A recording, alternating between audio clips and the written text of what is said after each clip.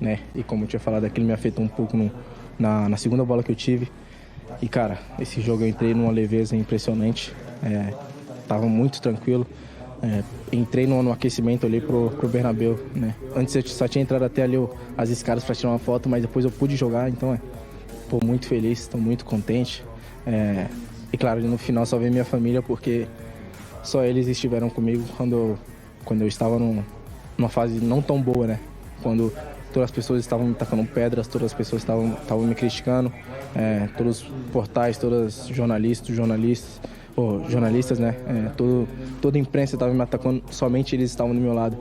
E eles realmente conversaram comigo, realmente me acolheram bem e eles transformaram minha cabeça, né? E eu agradeço muito a essas pessoas na minha vida e nada menos importante, né? O meu Deus, que pra mim, cara, sem ele eu não seria ninguém. E ao meu irmão que novamente pediu para me fazer 1 milhão de gols hoje.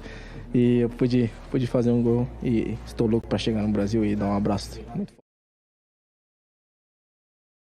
Talvez seja opção nos minutos finais. Acho que ele tem que voltar a disputar o Brasileirão Sub-20 pelo Palmeiras, Sub-18. Tem sim, gente. Ele tem que passar por alguns processos que o profissional não vai entregar para ele. Você acha ele que não ele vai evoluir? Não, eu acho. Ele tem que evoluir. Ele tem que evoluir tomada de decisão, concentração, coisas que o profissional não dá tempo de evoluir. No dia a dia, ele vai treinar, ele vai ter oportunidade. Que dia a dia? Se joga numa quarta, viaja, descansa quinta, treina sexta, viaja sábado. Ele não tem tempo para amadurecer e para desenvolver tecnicamente no time profissional. Eu acho que não, gente. Talvez seja opção nos minutos finais. Acho que ele tem que voltar a disputar o Brasileirão Sub-20 pelo Palmeiras, Sub-18. Tem sim, gente. Ele tem que passar por alguns processos que o profissional não vai entregar para ele. Você acha ele que não ele vai evoluir? Não, eu acho. Ele tem que evoluir. Ele tem que evoluir tomada de decisão, concentração, coisas que o profissional não dá tempo de evoluir. No dia a dia, ele vai treinar, ele vai ter oportunidade. Que dia a dia? Se joga numa quarta, viaja, descansa quinta, treina sexta, viaja sábado. Ele não tem tempo para amadurecer e para desenvolver tecnicamente no time profissional.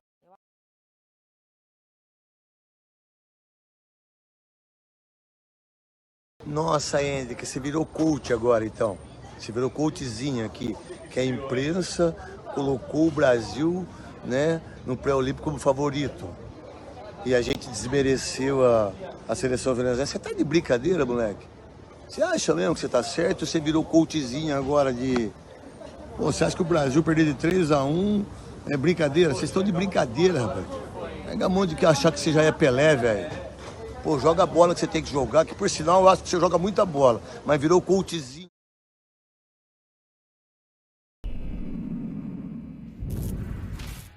Sport Center de volta e a gente continua falando sobre seleção brasileira, a gente continua falando sobre Hendrick, essa joia rara do futebol brasileiro. Um pouco antes, quando a gente debatia e mostrava os lances dos gols, a performance dele no segundo tempo, a gente falou sobre a leitura que ele teve no lance, né, que resultou no segundo gol do Brasil, o segundo gol do Hendrick em 2 jogos pela seleção brasileira. E a hora de a gente olhar com um pouco mais de carinho, não para o chute, não para o gol propriamente dito, mas para essa leitura, para essa movimentação do Hendrick, que nos chama a atenção que ela não é isolada, ela não é peculiar só do jogo de hoje. Ela diz mais sobre a maneira que ele se comporta em lances parecidos. A gente vai ver o gol do Hendrick, hoje no Bernabéu, e outros 2 gols desse projeto de craque pelo Palmeiras. Os gols não são obrigatoriamente iguais, mas as leituras do Hendrick nos 3 lances, elas são bem similares, e isso diz sobre a sua inteligência tática e a sua percepção de jogador raro. Bora dar uma olhadinha no que o Hendrick fez, começando pelo jogo de hoje, o jogo do Brasil. Bora ver, escanteio cobrado.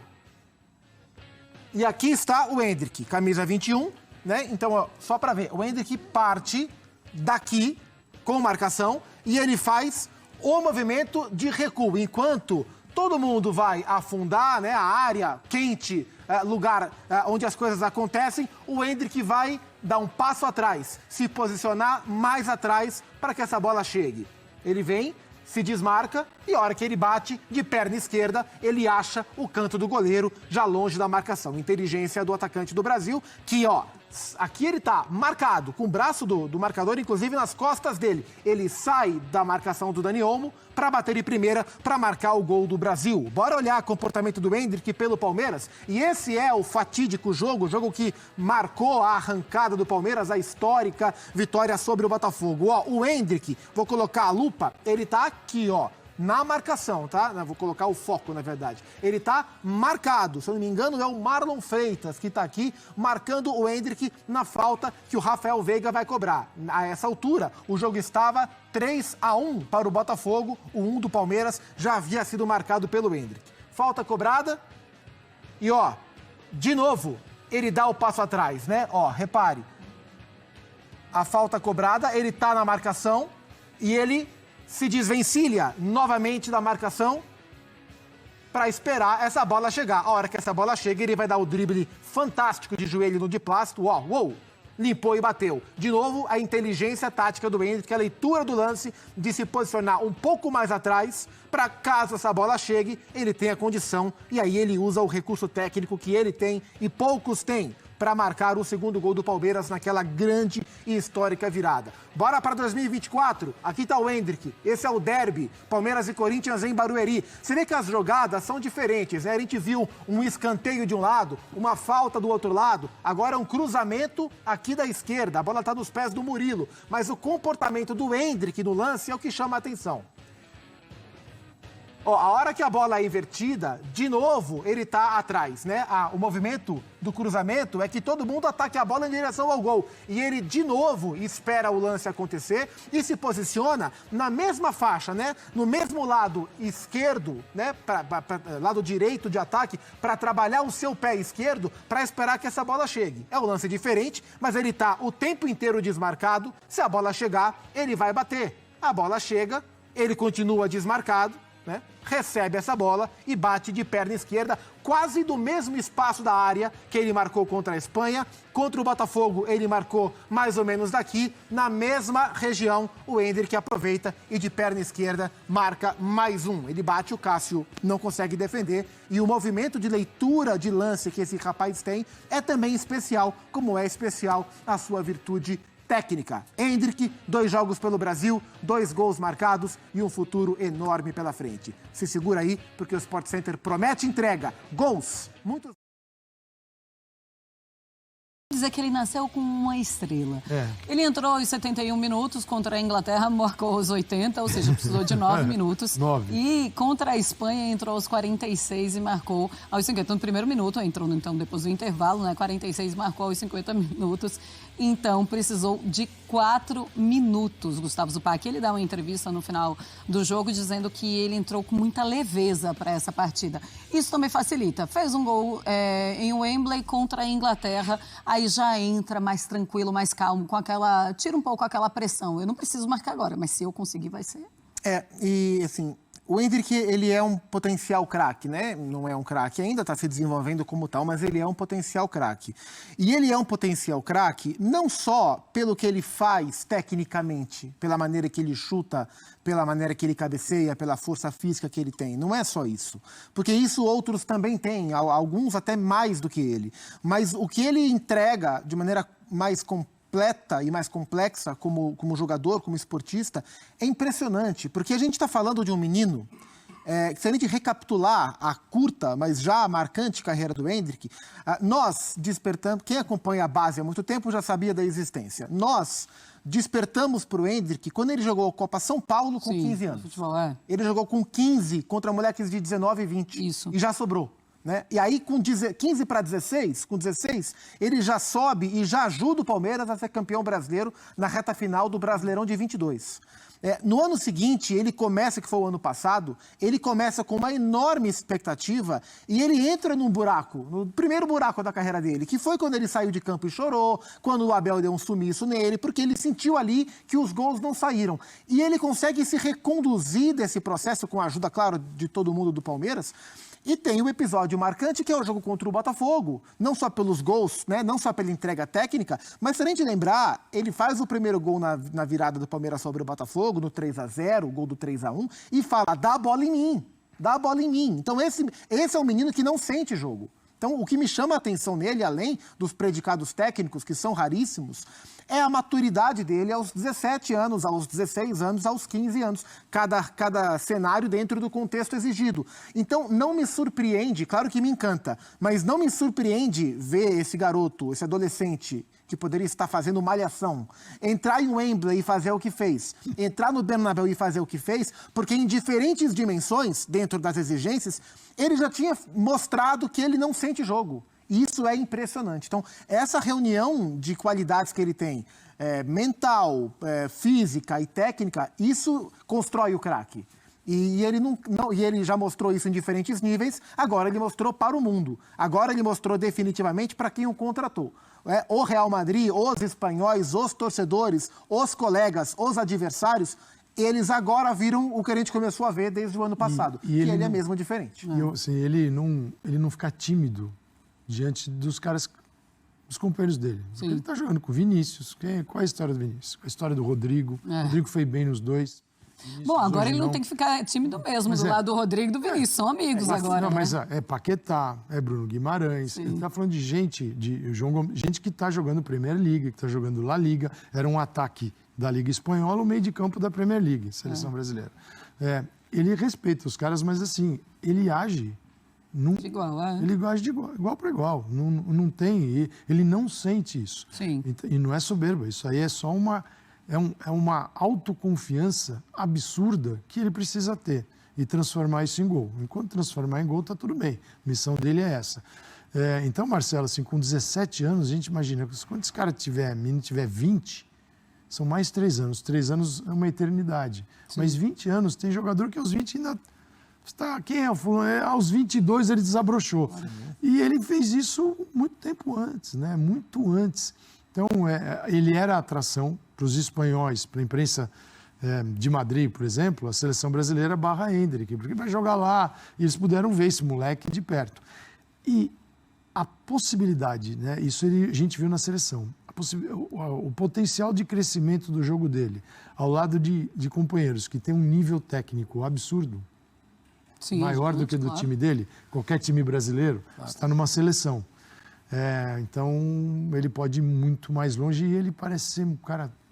centrado. E a gente pode falar da família também. Tantas vezes a gente conversou com a família. Ele faz o gol, ele vai até o pai dele, ali na arquibancada. E o pai aos prantos também. Como chora. Maravilhosa, que cena linda, cara. O pai chora, né? Pega de primeira, cara. A bola vem, olha como ele sai da marcação. Eu choraria também, impressionante. Ele desgrudou do Dani Olmo. Veio. Olha, a gente daqui a pouquinho vai analisar com o Gustavo Zupac, vocês que gostam de ver, rever cada detalhe dos gols. A gente vai mostrar daqui a pouquinho esse gol do Endrick, o gol contra a Inglaterra, outros gols também. Gustavo Zupac vai fazer este super favor para vocês, tá? Pra gente analisar aqui direitinho. E tem essa outra capa aqui, essa é do Esporte, dizendo, entre o Endrick entra no Bernabéu, ele coloca o Bernabéu no bolso. É essa a ideia que eles querem falar com esse título. E dá susto, né? E aí tá todo mundo encantado com o Endrick, daqui a pouquinho a gente pode falar de outros jornais lá da Espanha, Zupa, mas eu queria que você falasse sobre o impacto que ele leva, não só para a Espanha, o Endrick, mas para o mundo todo, porque tá todo mundo falando dele, tá todo mundo olhando para ele, afinal é a seleção brasileira e ela leva muitos olhares para si. Acho que hoje, assim, para quem não conhecia, e as pessoas na Espanha não têm obrigação de ficar acompanhando o futebol brasileiro, quem não trabalha com isso, né?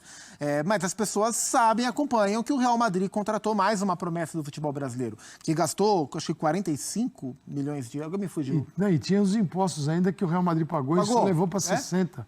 E é isso. O que para níveis de Real Madrid não é o maior investimento do mundo, mas para um menino de 16 para 17 anos de idade é muita grana. Então essas pessoas entenderam hoje do que se trata, de quão especial é o Endrick. E aí fica aquela questão, a gente até mostrou ontem o papo do Cícero Melo com o Romário, o Romário falando que ele tem que correr pra caramba para chegar aos pés do Romário. E a questão não é agora dizer se ele vai ser o novo Romário, o novo Ronaldo, melhor que o Neymar, o que ele vai ser, melhor que o Vinícius, o que ele vai ser. Não Não é hora da gente saber, mas é hora da gente entender qual é o potencial. E ele tem potencial para se colocar numa discussão muito alta. Então, assim, a gente tem os nossos parâmetros, que são os parâmetros mais altos. Nós vimos, né, eu não vi todos, né, mas da minha geração, eu vi muitos craques brasileiros. Eu vi Ronaldo e Romário. E eles são a minha referência técnica. Então, os melhores movimentos que eu vi de jogadores dessa função foram de Romário e Ronaldo. Então, quando a gente vê um menino que surge, a gente busca referências. Então, tem hora que eu vejo o Endrick fazer movimento que me lembra o Ronaldo. Sim. Tem hora que eu vejo ele ter comportamento em campo que me lembra o Romário. Sim. O que não quer dizer que eu esteja comparando ele com os dois. Mas quer dizer que ele tem repentes dos caras mais diferentes que a gente já viu. Se ele vai conseguir desenvolver e chegar perto ou chegar longe, não é hora de saber. Isso eu espero que ele tenha tranquilidade e todas as oportunidades para desenvolver. Mas eles têm exemplos a seguir. Muito, sim. Ele sabe bem, ele é bem inteligente para entender que exemplos do futebol ele deseja seguir. De gente que tem um talento enorme e não está nem aí. E gente que às vezes não tem tanto talento, mas trabalhou muito. E de gente ele que tem talento se ele trabalhar muito. Se ele... E acho que ele está indo para um clube onde ele vai encontrar gente que tem talento, tanto ou um pouco mais ou um pouco menos que ele, e é um bom exemplo a seguir. E eu acho que o Vinícius, o Rodrigo também, os dois.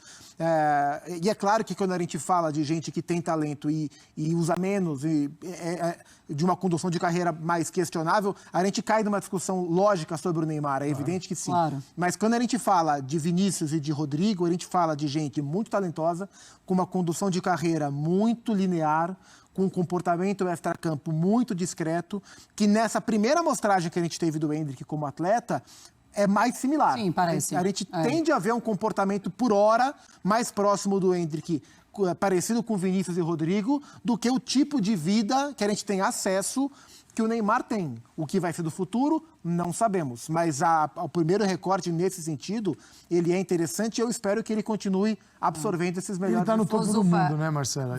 Só o valor, Calçade, é 35 milhões de euros mais 25 milhões de euros variáveis. Boa. E ele já conseguiu desses 25 milhões de euros variáveis, 10 milhões de euros. Tem os variáveis, a cada 5 gols... Então já está em 45 vem milhões. mais uma isso. grana, é um negocinho. O Palmeiras fez um bom negócio, não tem jeito. Todos os clubes, grandes clubes europeus, tinham conhecimento do Endrick. Não é que o Real Madrid achou um menino que só ele viu. Esse trabalho técnico é feito pelas grandes equipes europeias. As principais têm gente contratada, muitos brasileiros que a gente conhece trabalham para esses times, alguns que foram colegas nossos trabalham fazendo relatórios. Sim. Então, o clube sabe quem é o jogador, não soube talvez esperar e trabalhar, e acho que é um... E até os que não deram certo, tipo o Renier, não deram certo ainda, né? Tipo o Renier. Ainda é muito novo, né? Sim, só que a gente vê... E nem todos vão dar. Sim, tem isso. O Arda Güler, mas também que não é definitivo, né? O Odegaard não deu certo lá. E hoje é um dos melhores jogadores do mundo no Arsenal, né? Então, isso faz parte. O Real fez o Real acabou, o Real não sabe brincar, né? Então o Real Madrid acabou contratando jogadores para ter um time para durar anos e anos. Muitos anos. Você quer ganhar título ali, né? Claro, títulos, vou disputar todos. Meu sonho agora é ir para o Arsenal. Não, você está no Real Madrid. Se você jogasse no Newcastle, seu sonho seria jogar no Manchester City, no Manchester United, no Real Madrid. Não, você já está na maior instituição de futebol do planeta, que é o Real Madrid. Então, se ele tiver, e ele parece ter, cabeça no lugar, ele vai pegar esse futebol que ele tem, que já parece ser muito grande, e levar para um lugar que a gente não tem noção.